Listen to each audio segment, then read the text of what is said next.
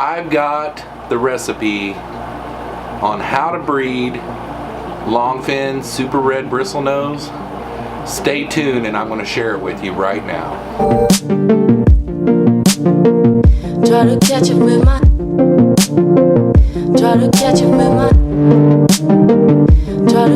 What is up, y'all?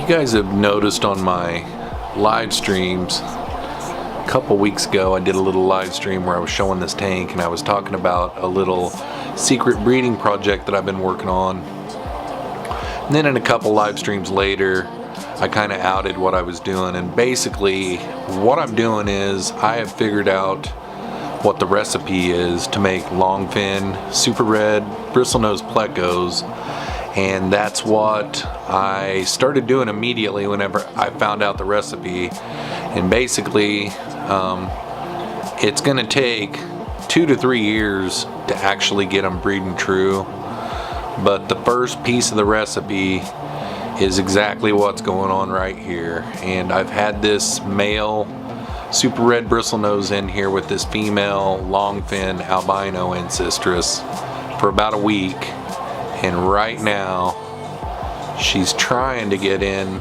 the cave, and it's gonna happen. This has been going on for about 30 minutes. I've been editing another video. He hasn't been letting her go in yet.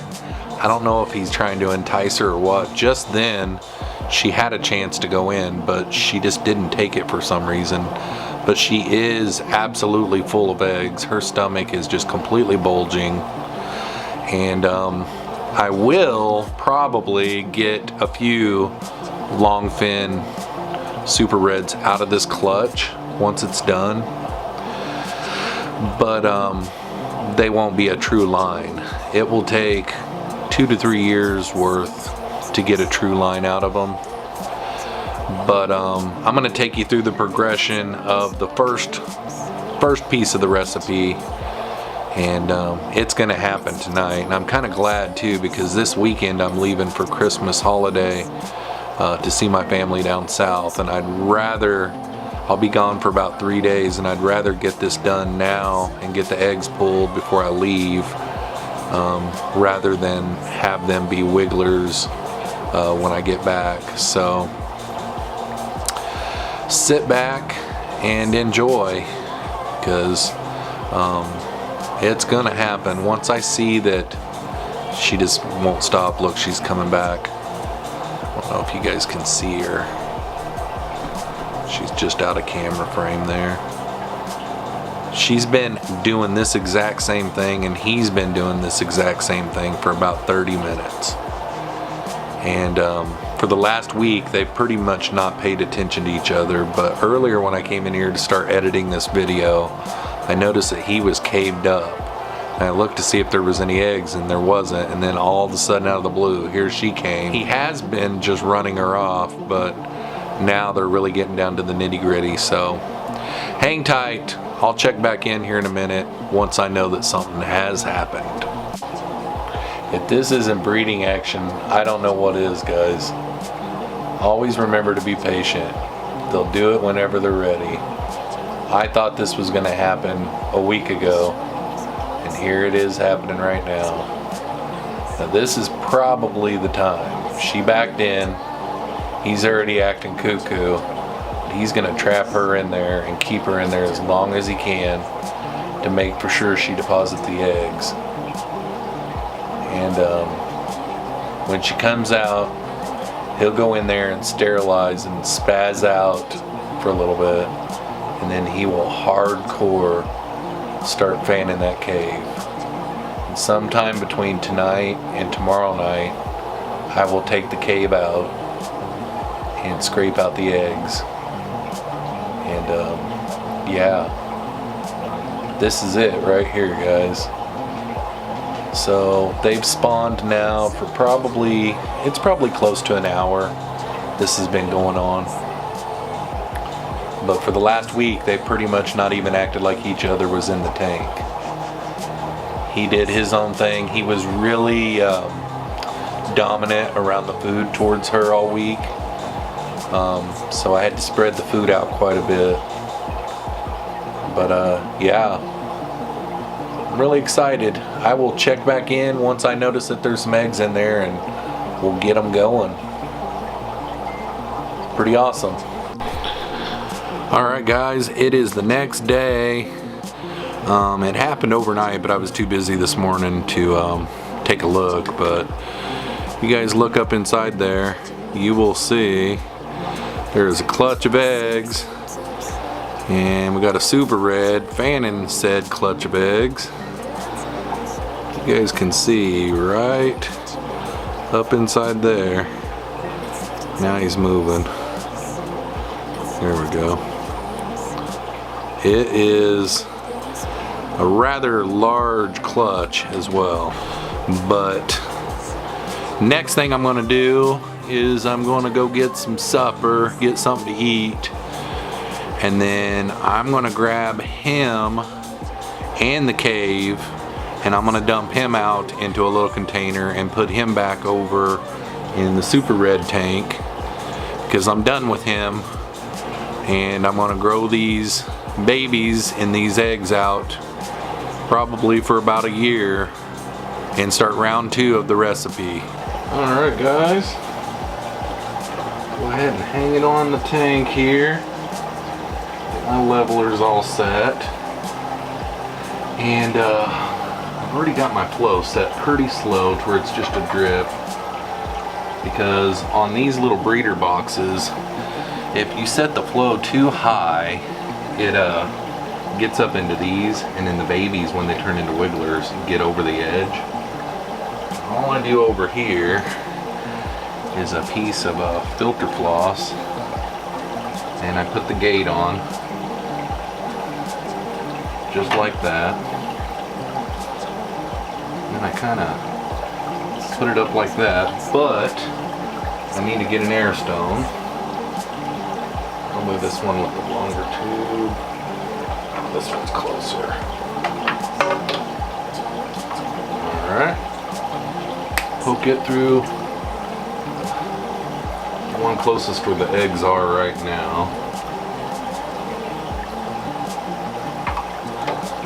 And put the lid on real good. And crank up that air stone. And that is how you do it. I don't know if you guys can see those eggs in there. And it's nothing special, you know? But one of these eggs that hatches, I am gonna breed back to the super reds. But it's gonna be a long time before that video ever comes out. And the reason why is because I have to grow one of these up to breed back to the super reds. It has to be a Longfin, and it has to be a female. So if I get these a little bit older and I find out that I don't have the right type, I have to do this all over again. And another reason why it takes 2 to 3 years to do is because in order to get these old enough to breed, it can take anywhere from 8 to 12 months or longer. So this is a very extensive, just a fun little project. I could go and buy super red longfins right now on Aquabid, no problem. I could grow them out and in maybe 8 months or so, breed them, and they'd breed true. But in order to make a straight line super red, I'm going by the article that I read online to see if I can do it. And someday, if I get them going and they're a straight line, to me they'll be worth more to me, because I actually made them by going through the process of making that line, if that makes sense. If you don't know, super reds are man-made. Blue-eyed longfins are man-made, super red longfins are man-made. They're not found in the wild, and that's all I'm doing. I'm taking a recipe and I'm breeding them down the line, and yeah, it's a long project, but alright, today is Wednesday. These will not turn into wigglers until probably Saturday or Sunday, and I won't be home from my family Christmas until Monday. So I will check back in when these little guys turn into wigglers, and we will go from there. What is up, guys? Just thought I would check in. It's after the holidays, and got a lot of gunk in here, but we are wigglers now, and it looks like we got a pretty good mixture of colors. I was thinking until I got the lights on here that we had all chocolate, but it looks like we got some reds in there. But I know that we do look like we've got some chocolate, and that's good. And they might all be chocolate. It's just kind of hard to tell with them all bunching up like this. It's also hard to tell if we got longfins or not, but really what I'm looking for is chocolate longfin, female in particular. If I can get a chocolate longfin female out of all these, which looks like I got a pretty good chance, that will be the one that I will use in the next step for the Longfin Super-red project that I'm working on here. Isn't that a cool sight? I just love that. Look at that right there. Anyhow, that pretty much does it for this video. So what do you guys think? Like I said numerous times in the video, it's a lengthy process. It's somewhere between 2 and 3 years. Hoping I can get it done in 2 years. It's fun. Already I'm having a blast. Just in case I didn't piece it all together for you guys properly in the video. You know, the first round is a male super-red bristlenose linked up with a female longfin albino bristlenose. And in that clutch, you're supposed to get a female chocolate longfin, and this whole batch is longfin chocolates. So I'm bound to get that one. So then you take the best of your longfin chocolate females and you breed it back to the male super red, and then in that clutch, which will be a year down the road from now, in that clutch you take a longfin super red female and breed it back to the super red male again, which is another year down the road from there. And then whenever you get the next clutch, they should all be longfin super reds, and they should all be straight line. So in order to be able to really test this out, that clutch right there 2 years from now, we would have to raise up and breed back to each other in a year and see what their clutches are. And these are all guesstimations, but in order to really truthfully get a full line, it's going to take around 3 years. Hopefully you guys enjoyed this video. If you did, make sure and continue the conversation down in the comment section.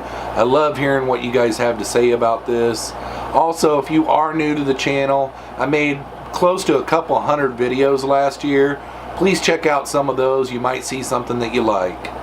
Thanks for coming along on today's video. Hopefully you enjoyed, and we'll catch you on the next one. Peace out, y'all. Try to catch it with my. Try to catch it with my. Try to catch it with my. Catch it with my. The shorty was a good sign, despite of everything I saw. It's slowing down time.